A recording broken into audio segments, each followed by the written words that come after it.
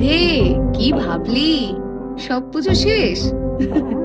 তোদেরকে কষ্ট দিয়ে আমি আর কোথায় যাব বলতো? যতই হোক তোদেরই তো মা।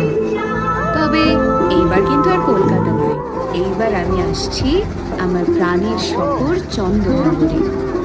দেখ দেখ, কেমন সুন্দর করে আমার শহরটা আলোয় সেজে উঠেছে।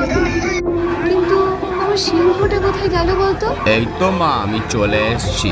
চোখে লেন্স লাগিয়ে বলো তো কেমন লাগছে আমায়। আর এই দেখো মা, আমি হাতি অসুরকে বধ করার জন্য স্পেশাল রূপোর দাঁত লাগিয়েছি এবার।